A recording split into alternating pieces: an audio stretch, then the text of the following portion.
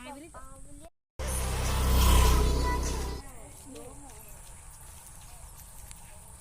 guys, Dibya saikia blog chale সকলোকে welcome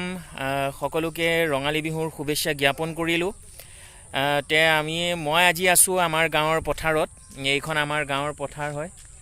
আপোনালোকক এই পথাৰৰ দৃশ্য দেখুৱাইছো এইখিনি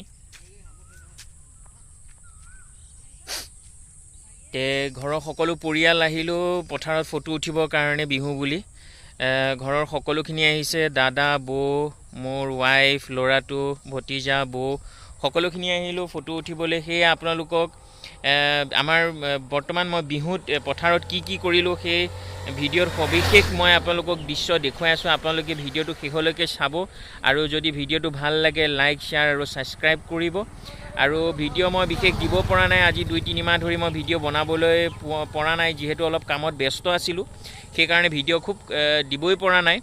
আজি বিহু বুলি এটা উলাই আহিলো হঠাতে মনত পৰিলে ভিডিঅ' এটা বনাই লও যেহেতু আহিছোৱে এই ভিডিঅ'টো আপোনালোকক দৃশ্য দেখুৱাইছো আপোনালোকে চাওক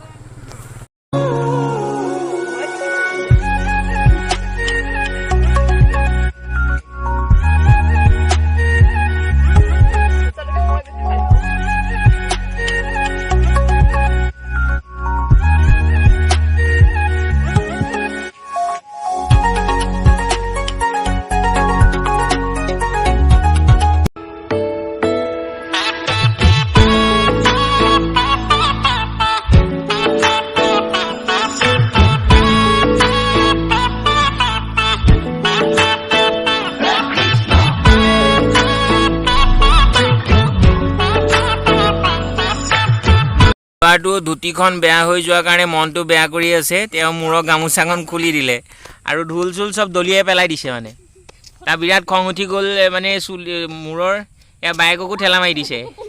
এতিয়া মানে ঢুলিয়া ক'ব নোৱাৰা হৈ গৈছে তেওঁ ঢুলিয়া বিৰাট খং এতিয়া এই ধুতিখন খুলি গল এয়া দেখিছে ধুতি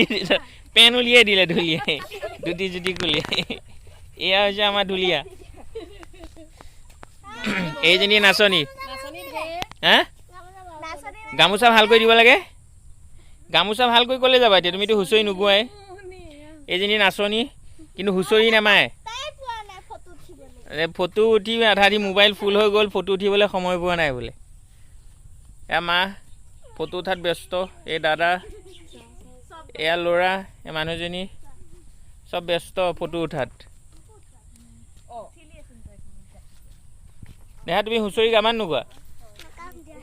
হা হেই বেয়া কথা নকয় নহয়